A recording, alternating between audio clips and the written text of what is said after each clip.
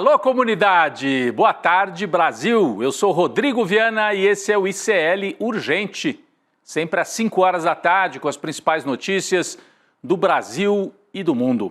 Laura Couto sempre com a gente na redação do ICL, na atualização das notícias. Boa tarde, Laura. Boa tarde, Rodrigo. Boa tarde para todo mundo que está nos assistindo nos canais do Eduardo Moreira, Instituto Conhecimento Liberta, e para quem está nos ouvindo na Rádio Cultural FM no Rio Grande do Sul. É isso aí, um abraço para o pessoal da Rádio Cultural FM ali na divisa, Rio Grande do Sul com Santa Catarina. Um abração para todo mundo que nos acompanha por lá. Boa tarde para a Laura, boa tarde para você que mora nesse país em que o filho do ex-presidente, um ex-presidente que virou réu, né? E que pode ser preso ainda este ano. O filho do ex-presidente manda recado para madrasta, que disputa com ele espaço na extrema-direita. Michele Bolsonaro versus Eduardo Bolsonaro. Os dois podem ser candidatos com apoio do Jair, mas tem uma divergência aí. Daqui a pouco nós vamos falar sobre esse tema. Daqui a pouco nós vamos falar sobre a extrema-direita enrolada com a justiça, mas ainda muito forte politicamente. O presidente Lula se encontrou hoje com a ex-presidenta da Argentina, Cristina Kirchner, que cumpre prisão domiciliar no apartamento dela em Buenos Aires. Aliás, Cristina Kirchner, que sofre uma perseguição judicial muito parecida com a que sofreu Lula na época da Lava Jato. É o lawfare atuando em boa parte da América Latina. Lula está na capital argentina desde ontem para participar da cúpula do Mercosul e aí aproveitou para fazer esta visita de cortesia a Cristina, que não tem nenhum cargo, ela está presa, né, no entendimento de muita gente, presa injustamente, uma perseguição. Aqui tem imagens do Lula já na cúpula do Mercosul. Mas o encontro com a Cristina aconteceu no início da tarde, por volta de 12h30, durou cerca de 50 minutos, foi lá no apartamento dela, numa esquina, sempre com muitos manifestantes no entorno, né, o pessoal do peronismo, né, presente ali o tempo todo, bandeiras do PT. Na chegada e na saída, Lula foi aplaudido pelos apoiadores de Cristina Kirchner, que se concentram em frente à casa da ex-presidenta. Vamos acompanhar a reportagem.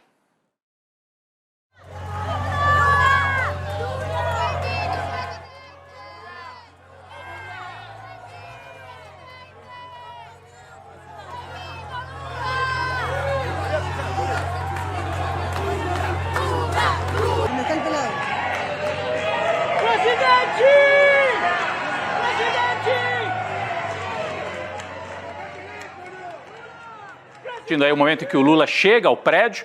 As imagens vão continuar rodando aqui no telão, enquanto eu faço um rápido comentário. Eu tive no Uruguai agora há pouco tempo acompanhando o velório do Pepe Mujica e na Argentina no ano passado. É impressionante como a esquerda na América Latina tem o Lula como uma referência. Então, o Lula saudado não eram militantes brasileiros, obviamente eram militantes ali do justicialismo, que é o partido peronista de apoio à Cristina. Esse é o apartamento onde ela mora, numa esquina ali bandeiras também no entorno dos apoiadores da Cristina. E o que eu falei, também bandeiras do PT, porque tem um núcleo do pessoal ligado ao PT em Buenos Aires, mas o grosso das pessoas ali na porta são os apoiadores da Cristina Kirchner. Bom, a gente tem mais informações sobre essa visita de Lula à Argentina com a Laura Couto. Rodrigo, a visita do Lula a Cristina Kirchner aconteceu depois da participação do presidente brasileiro na cúpula do Mercosul. Logo depois dessa visita a Kirchner, o Lula se encontrou com o vencedor do Prêmio Nobel da Paz, o Adolfo Pérez Esquivel, e tirou uma foto com o cartaz que a gente tem aí na tela escrito Cristina Livre. Segundo interlocutores que estavam presentes no encontro, o Lula teria dito que acredita na inocência da Cristina Kirchner. Ela foi formalmente condenada num nebuloso caso em que ela é acusada de corrupção, Rodrigo. Agora, sobre o encontro com o Milei. Apesar da visita oficial à Argentina do presidente Lula, ele não tem nenhum encontro previsto com o Javier Milei. De acordo com a agenda divulgada pela Secretaria de Comunicação, não tem nenhuma reunião bilateral entre os dois líderes. No entanto, o presidente Lula ele se encontrou com o presidente paraguaio Santiago Peña e com o chefe de Estado boliviano Luiz Arce, Rodrigo. Essa é a primeira vez que o Lula visita a Argentina desde a posse do Milei em dezembro de 2023. É claro, isso chama muita atenção, Laura. Quer dizer, o Lula vai à Argentina, encontra com o Milei só ali na formalidade, na passagem de cargo no Mercosul, porque a Argentina entregou a presidência rotativa do Mercosul para o Brasil, não marcou nenhum encontro com o Milei, teve encontro com o presidente do Paraguai, em solo argentino. Acho que a gente tem imagens aqui do momento em que o Lula participa daquela formalidade ali na transmissão de cargos. Nenhum encontro bilateral só dos dois, Milei e Lula. O Milei já desrespeitou várias vezes o Lula, já atacou o Brasil. Depois o Brasil até ajudou numa crise energética argentina. Mas Lula se encontrou, como a Laura destacou, o presidente do Paraguai e até o presidente da Bolívia, Luiz Arce, que também vive uma crise política forte lá na Bolívia. Lula assumiu então a presidência rotativa do Mercosul nesse evento, que você vê aí as imagens agora na tela, quem nos ouve só pelo rádio, escrevendo, é o Lula sentado na mesa ao lado do Milei, assim, muita formalidade, ficaram lado a lado, nenhuma assim animosidade, mas também sem sorrisos, reparei isso, caras fechadas e sérias, tanto de Milei quanto de Lula. Lula afirmou, né, que a integração comercial do bloco com a expansão de acordos de livre comércio é fundamental, diz que os principais acordos estão na mesa agora, União Europeia, Mercosul e também parceria com os países asiáticos. Lula disse que quer uma atuação conjunta dos países membros do Mercosul contra as crises climáticas e no combate ao crime organizado internacionalmente e disse nesse discurso que o eixo econômico do mundo está se transferindo para a Ásia. Um recado de que o Mercosul tem que olhar ainda mais para a Ásia, o que não agrada muito o sujeito que está do lado dele aqui na imagem, que é o Milei, que é um adepto de Donald Trump e um ferrenho apoiador do regime sionista de Israel. Então é importante o registro, a viagem de Lula. Eu queria chamar de novo aqui para a tela aquela fotografia que a Laura citou, o Lula com a plaquinha, Cristina Livre, porque ontem estava o Lula na Bahia com uma outra plaquinha, aquela fotografia de ontem era, mas não precisamos botar, de ontem era o Lula pela taxação dos super ricos. E acho que o Lula está pegando gosto por essa história dos cartazes. Hoje, Cristina Livre. E aqui do lado, né, um dos apoiadores aqui da Cristina com Lula livre, para lembrar que o que a Cristina vive hoje lá na Argentina é parecido com o que o Lula viveu no Brasil. E o Lula entra numa fase desse terceiro mandato em que ele tenta resgatar um pouco daquela energia militante que se criou no Brasil, na resistência à prisão dele, na resistência à Lava Jato, às injustiças e ao governo Bolsonaro. O Lula está tentando retomar isso, agora com uma pauta interna de enfrentamento nessa questão dos impostos, os ricos têm que pagar imposto, e internacionalmente assumindo também bandeiras importantes como esta da Cristina Livre, porque a direita argentina não quer o retorno do peronismo, da centro-esquerda, do que representa a Cristina Kirchner. Então, no meu entendimento, é um símbolo, essa foto é mais um símbolo desse momento em que o Lula tenta ir para a ofensiva depois de ficar tanto tempo, né, intocado, achando que era só administrar aqui dentro que ia tocar para frente. Não funcionou, nós entramos numa nova fase no Brasil. Nova fase que foi insuflada muito pela direita, pela ação da direita promovida lá no Congresso Nacional.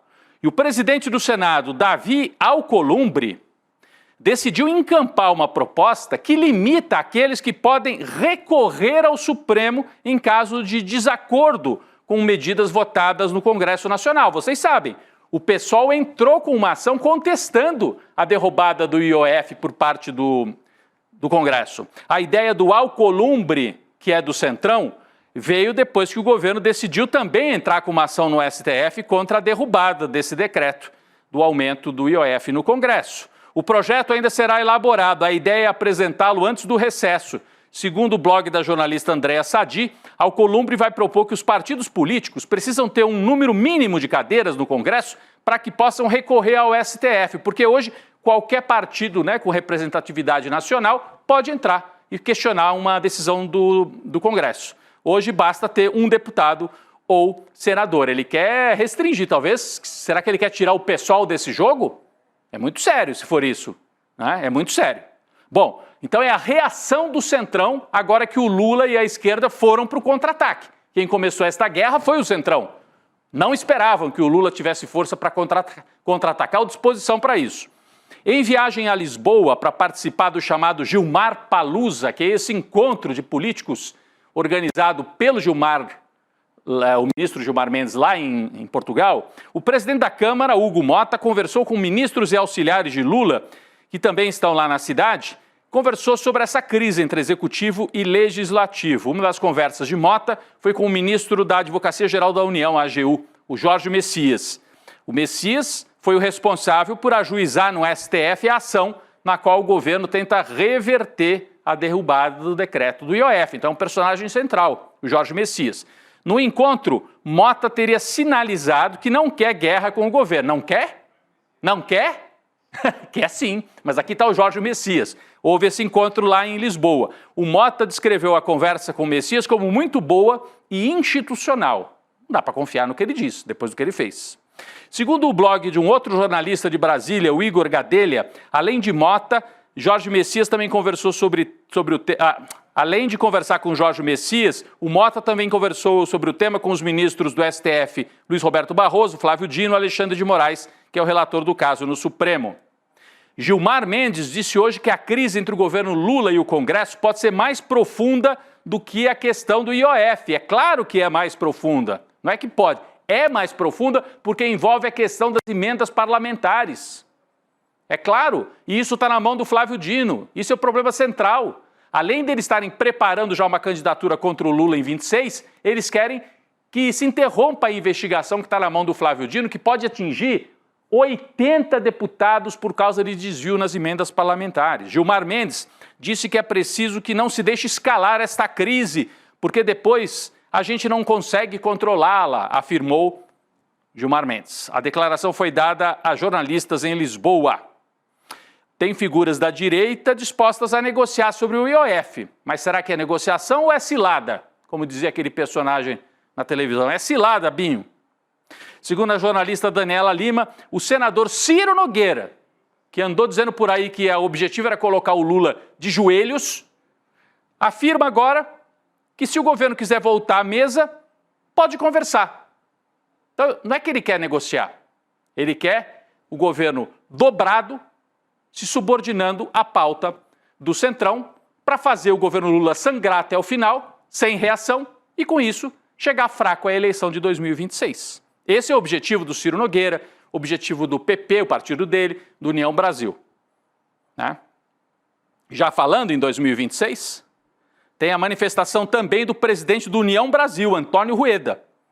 Ele foi questionado sobre se o partido dele pode apoiar o Lula em 2026. Deu uma entrevista à Globo News. E o Rueda disse o seguinte, que o partido já tem um pré-candidato, Ronaldo Caiado, que é o atual governador de Goiás. E disse que o termômetro do partido é ter uma candidatura própria de centro-direita. Vamos ler o que ele disse exatamente? O presidente do União Brasil, que tem 3 ministérios no governo Lula, mas vota contra o governo o tempo todo. O partido exerce uma democracia interna, é um dos poucos partidos que respeita muito essa democracia. Eu vou rir, não é possível. Bom, hoje o termômetro do nosso partido é uma candidatura própria de centro-direita, esse é o tom que o União Brasil deve adotar. Trabalhamos fortemente na pré-candidatura do Ronaldo Caiado, governador de Goiás. Ele disse que é pouquíssima, mínima chance de um acordo com o Lula para 2026. Bom, no meio dessa discussão sobre o IOF, e o Centrão, que ficou assustado em parte com a reação da esquerda, nas redes sociais, Hugo Mota virou alvo, o Centrão virou alvo, inimigos do povo, etc, etc. Compraram a briga, mas agora tentam mandar sinal de bandeira branca, tentando negociar. É uma falsa negociação, e o Lula sabe disso. Mas no meio desse debate todo, desse vai e vem, né, o PL, partido do Bolsonaro, tenta avançar com a pauta da anistia, achando que tem chance, como o Hugo Mota está pressionado pela esquerda, quem sabe o Hugo Mota encampa a pauta da anistia do Bolsonaro agora com mais entusiasmo. Laura Couto traz os detalhes para a gente. Rodrigo, os deputados podem votar a proposta da anistia antes mesmo do recesso parlamentar, que está previsto para a segunda quinzena desse mês, ou seja, daqui menos de 2 semanas. Isso porque o Hugo Mota prometeu ao Partido Liberal, do ex-presidente Jair Bolsonaro, apreciar o tema ainda nesse semestre.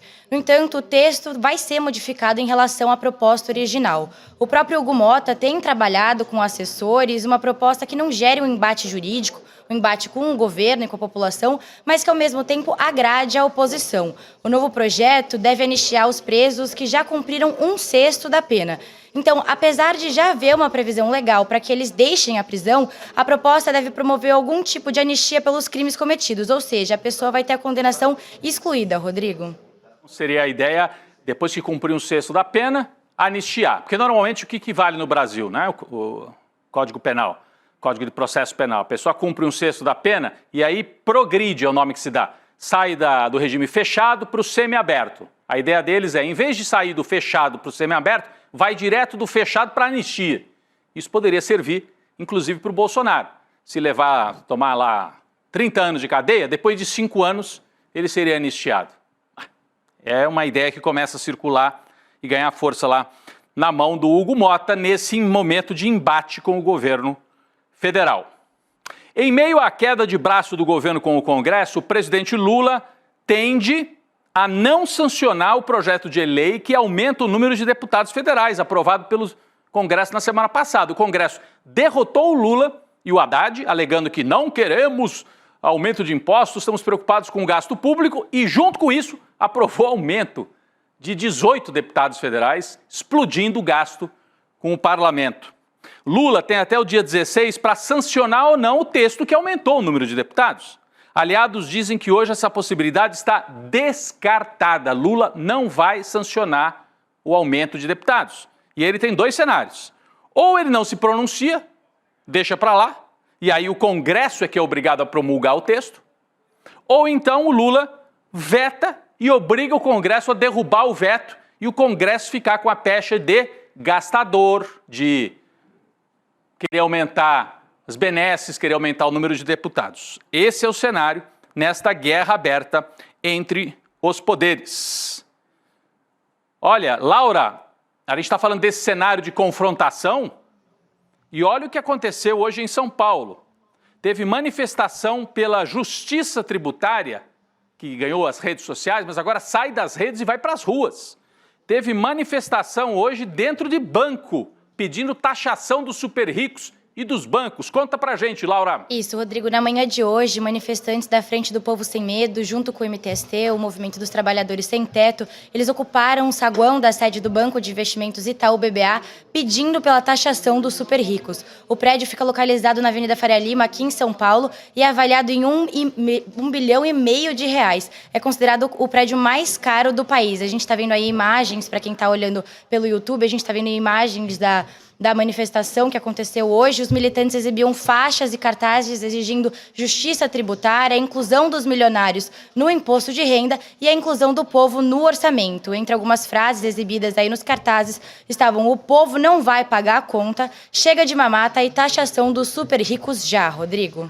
Importante a manifestação, e essa chega de mamata, Laura, ganhou muita força nos memes aí da internet, aquela fotografia do chega de mamata e o Hugo Motta tomando uísque numa festa de São João. Aqui a gente tem no telão algumas dessas faixas que a Laura citou. O povo não vai pagar a conta, deixa eu ver se a gente consegue. Aí, taxação dos super ricos. Olha só, o Lula levantou esse cartaz na Bahia. E essa juventude aqui em São Paulo exibe a mesma faixa tomando o prédio do Itaú em São Paulo. É uma tomada muito simbólica. É uma reconexão, talvez, eu não quero ser otimista, porque a gente também depois quebra a cara, mas parece uma reconexão entre as lideranças da centro-esquerda, do setor aí popular e democrático, e as pautas que realmente interessam aos trabalhadores brasileiros. E pode ser uma conexão entre rede social e rua. O povo não vai pagar a conta, taxação dos super ricos, prédio do Itaú ocupado e aquela campanha pela taxação dos BBBs. Bilionário, banco, que está aqui, e Bet. Falta ocupar uma sede de Bet. Mas as Bets, nem sei se tem sede, né? Tudo espalhada por aí. Banco, pelo menos, tem endereço. Bet, nem isso. Banco, você consegue ir lá e cobrar. Saber quem é o dono, inclusive, do banco. A Bet, tudo esquisito, né? Tem muita sede fora do Brasil, inclusive. Só para concluir esta questão aqui, da reconexão da esquerda com as ruas, parece que pode acontecer. O Centrão, como eu disse agora há pouco, quando derrotou o Lula no Congresso, tinha como objetivo estabelecer uma derrota definitiva e colocar o Lula de joelhos. Pode ter sido um tiro no pé, como já disse a Heloísa Vilela aqui no ICL. parece que em vez de colocar o PT e o Lula de joelhos, o Centrão conseguiu reabrir a capacidade dos setores de esquerda de ir para a rua. Abriu a porta para uma nova fase de reivindicações. É uma nova fase que começa nesse governo Lula 3 e esta tomada do prédio do Itaú na Faria Lima é muito simbólica do que está acontecendo. Vamos falar da extrema-direita, eu disse que a gente voltaria, né? O líder do Partido Liberal na Câmara, Sóstenes Cavalcante, enviou uma mensagem no grupo de WhatsApp do PL pedindo que os parlamentares poupem o ex-presidente Jair Bolsonaro, que está de repouso por orientação médica, que ele seja poupado de qualquer agenda pública no mês de julho.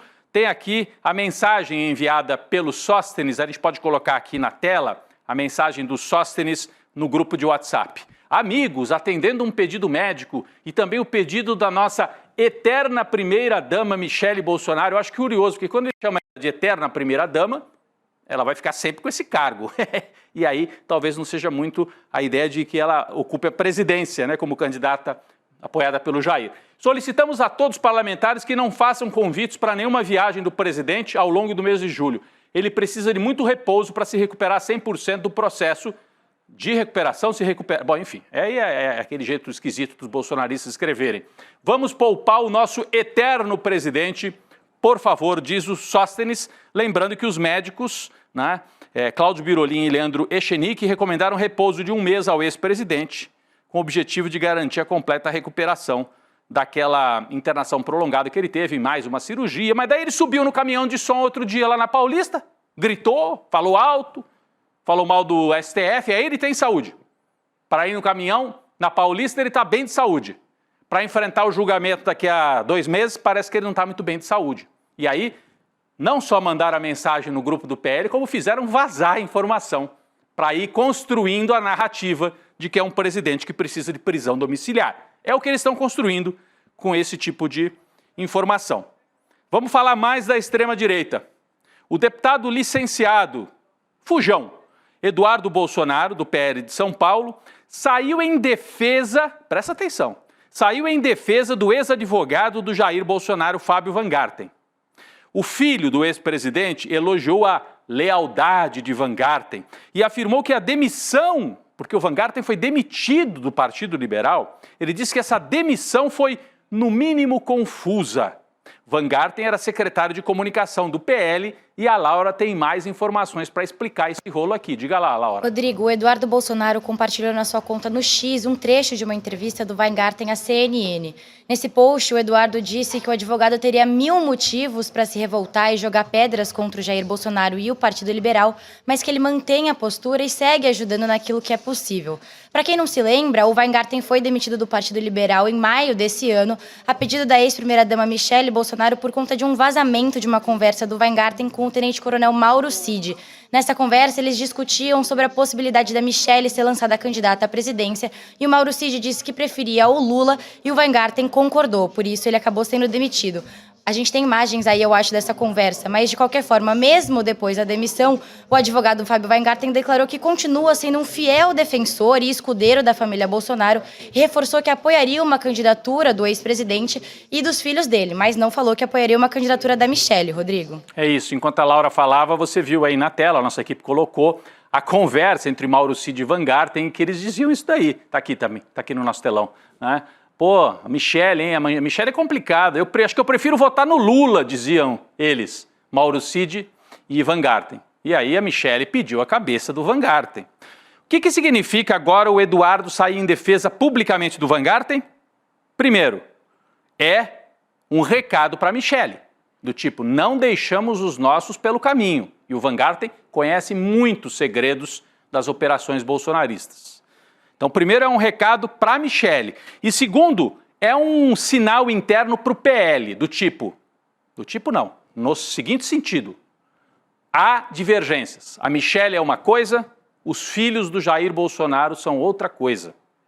E, a essa altura do campeonato, eu não tenho dúvida que o nome mais forte dentro da família Bolsonaro e o nome que o Jair Bolsonaro gostaria de ver como candidato é o Eduardo Bolsonaro, acima da Michele e acima do Tarcísio. Isso está muito claro. E o Eduardo vai dando esses sinais, essas estocadas assim, para ir deixando também isso claro, inclusive para a turma da direita. O ex-assessor de Jair Bolsonaro, Tércio Arnaud, está depondo na sede da Polícia Federal em Brasília nesse momento. Ele foi intimado a prestar esclarecimentos no caso da ABIN Paralela. A oitiva começou às 3 horas da tarde. Ele foi acompanhado do advogado Eduardo Kuntz, que também depôs esta semana na PF, só que em São Paulo, né? O Kuntz também é advogado do Marcelo Câmara. Então, esse Eduardo Kuntz é advogado dos dois, do Marcelo Câmara e desse aqui que aparece na fotografia. Opa, esse aqui que aparece na fotografia, que é o Tércio Arnaud. Laura Couto. Rodrigo, o Tércio Arnaud ele é suspeito de integrar o chamado Gabinete do Ódio, aquela estrutura que funcionava dentro do Palácio do Planalto durante o governo Bolsonaro para disseminar notícias falsas e atacar políticos e personalidades da oposição. O Gabinete do Ódio era comandado pelo vereador Carlos Bolsonaro, filho do ex-presidente. O Tércio Arnaud ele foi assessor do Bolsonaro e tinha a função de cuidar das redes sociais dele e durante aí o começo do governo do Bolsonaro. Mas é importante ressaltar que o Tércio Arnaud não está entre os 36 indiciados pela Polícia Federal no inquérito da ABIN Paralela. Muito bem, Laura. Eu queria fazer mais um registro aqui no campo da extrema-direita. A defesa da deputada Carla Zambelli pediu à Comissão de Constituição e Justiça da Câmara que seja realizada uma acariação entre ela e o hacker Walter Delgatti. Mas como? A acariação onde? Em Roma? Vai ser o Papa que vai organizar a acariação? Em Veneza? Lá nas gôndolas? Como é que vai ser isso? A Zambelli está escondida, né? De qualquer maneira, o pedido se refere ao processo que pode levar à cassação do mandato dela por invasão ao sistema do CNJ. A gente vai continuar acompanhando este caso da Carla Zambelli, que está lá escondida. Está muito estranho, né? Está protegida por gente importante lá na Itália, com certeza. Bom, gente, um registro aqui também sobre a Juliana Marins, a brasileira que morreu depois de cair naquela trilha lá na Indonésia, no vulcão. O corpo da Juliana vai ser velado amanhã em Niterói. A cerimônia terá início às 10 horas, será aberta ao público até meio-dia e depois restrita para a família, né? No cemitério Parque da Colina, em Pendotiba, Niterói, lá na região metropolitana do Rio de Janeiro. O corpo da jovem passou por uma segunda autópsia ontem, realizada pelo IML no centro do Rio de Janeiro. Importante para saber em que momento que ela morreu e quais as circunstâncias exatas, o que causou exatamente a morte da Juliana. Um laudo preliminar deve ser divulgado nos próximos dias. Agora, uma nota inacreditável que tem a ver com o poder imperial do Donald Trump. Sabem o Hugo Calderano, mesa tenista brasileiro, campeão do tênis de mesa, número 3 do ranking mundial? Ele não pôde embarcar para a disputa do Grand Smash de Las Vegas, nos Estados Unidos, devido a um problema no visto. Olha só essa história. O torneio vai começar amanhã, é uma espécie de Grand Slam do tênis de mesa. Um dos principais eventos do esporte em que ele é top 3 do brasileiro. Ele tem passaporte português e, como tem cidadania portuguesa, ele precisava apenas preencher um formulário. É assim, né, para quem tem cidadania europeia em geral. Você só avisa, estou indo para os Estados Unidos. E quando ele preencheu, veio o aviso, você não pode entrar nos Estados Unidos. Sabe por que ele não pode entrar nos Estados Unidos? Porque ele esteve em Cuba. Então, o Hugo Calderano está proibido de participar de um campeonato de tênis de mesa em Las Vegas, nos Estados Unidos, porque ele participou em Cuba de um outro torneio em 2023. E segundo uma lei norte-americana, a pessoa não pode entrar nos Estados Unidos sem visto se tiver visitado Cuba depois de 2021. Olha que barbárie promovida pelos Estados Unidos e pelo Donald Trump. A barbárie que só não é maior do que o Estado de Israel promove lá na Palestina também, com apoio de Trump. Eu vou só fazer o registro. 94 palestinos foram mortos entre ontem e hoje, vítimas de ataques aéreos e tiroteios israelenses. 45 das 94 vítimas foram atacadas enquanto buscavam ajuda humanitária. É o genocídio patrocinado pelo regime sionista de Israel e pelos Estados Unidos. Aí as imagens de Gaza. Laura Couto, obrigado mais uma vez pela parceria aqui em mais uma edição do ICL Urgente. Laura, eu estou vendo a flor ali atrás. Sabemos por que está essa flor ali, né? Aliás, ela ali, a a nossa querida aniversário Gabi. da Gabi Varela. Feliz aniversário, Gabi. Da Gabi. É isso. A Gabi mandando tchau ali pra gente. Daqui a pouco a Gabi vem pro estúdio com o Chico Sá, o Juliano Medeiros. Não sei se ela vai trazer a flor, mas parabéns para nossa Gabi.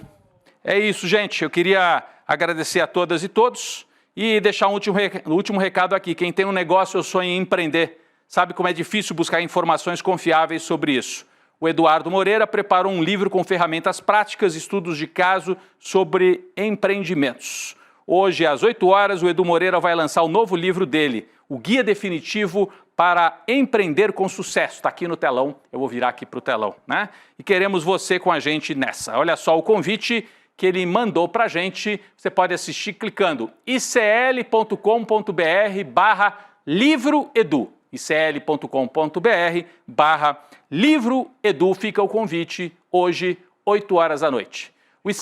Tem vídeo? Então vamos assistir o vídeo, vamos lá. Fala, turma! Hoje à noite a gente tem um encontro muito especial. Às 8 horas da noite eu vou fazer um lançamento online do meu mais recente livro, o Guia Definitivo para Empreender com Sucesso. Vocês sabem, né, que eu sou um empreendedor em série. Já abri várias empresas na vida, muitas que deram até bastante errado e outras que deram muito certo. E eu resolvi reunir tudo que eu aprendi, mas coisa de verdade, ciência, né? Dados, coisas que vocês podem fazer e replicar nesse trabalho. O livro está maravilhoso e vai ajudar muita gente. Tem muitas novidades que eu vou anunciar referentes ao livro nesse lançamento. E além disso, hoje à noite vocês vão ter a possibilidade de adquirir o livro autografado por um preço mega especial. E também eu vou ensinar para vocês algumas coisas que estão lá no último capítulo do livro, que são os conselhos de Eduardo Moreira. Uma noite mega especial e que eu conto com todo mundo junto para a gente poder celebrar. 13º livro, caramba, que alegria, gente. Cada livro que nasce a gente sabe que é uma história que fica aí para sempre. De noite a gente se vê, um abraço. O convite, parabéns, Edu, 13º livro, hoje, 8 da noite, icl.com.br/livroedu, e você participa com a gente. Obrigado, ICL, gente, volta amanhã e agora vem aí o N2. Valeu, gente. Fala, turma! Hoje à noite a gente tem um encontro muito especial. Às 8 horas da noite eu vou fazer um lançamento online do meu mais recente livro, o Guia Definitivo para Empreender com Sucesso. Vocês sabem, né, que eu sou um empreendedor em série. Já abri várias empresas na vida, muitas que deram até bastante errado e outras que deram muito certo. E eu resolvi reunir tudo que eu aprendi, mas coisa de verdade, ciência, né? Dados, coisas que vocês podem fazer e replicar nesse trabalho. O livro está maravilhoso e vai ajudar muita gente. Tem muitas novidades que eu vou anunciar referentes ao livro nesse lançamento. E além disso, hoje à noite vocês vão ter a possibilidade de adquirir o livro autografado por um preço mega especial. E também eu vou ensinar para vocês algumas coisas que estão lá no último capítulo do livro, que são os conselhos de Eduardo Moreira. Uma noite mega especial e que eu conto com todo mundo junto para a gente poder celebrar. 13º livro, caramba, que alegria, gente. Cada livro que nasce a gente sabe que é uma história que fica aí para sempre. De noite a gente se vê, um abraço. Você sabe qual é a diferença entre informação e conhecimento? Uma informação é um fato dado sobre algo ou alguém. O conhecimento é a capacidade de interpretar e analisar criticamente uma informação.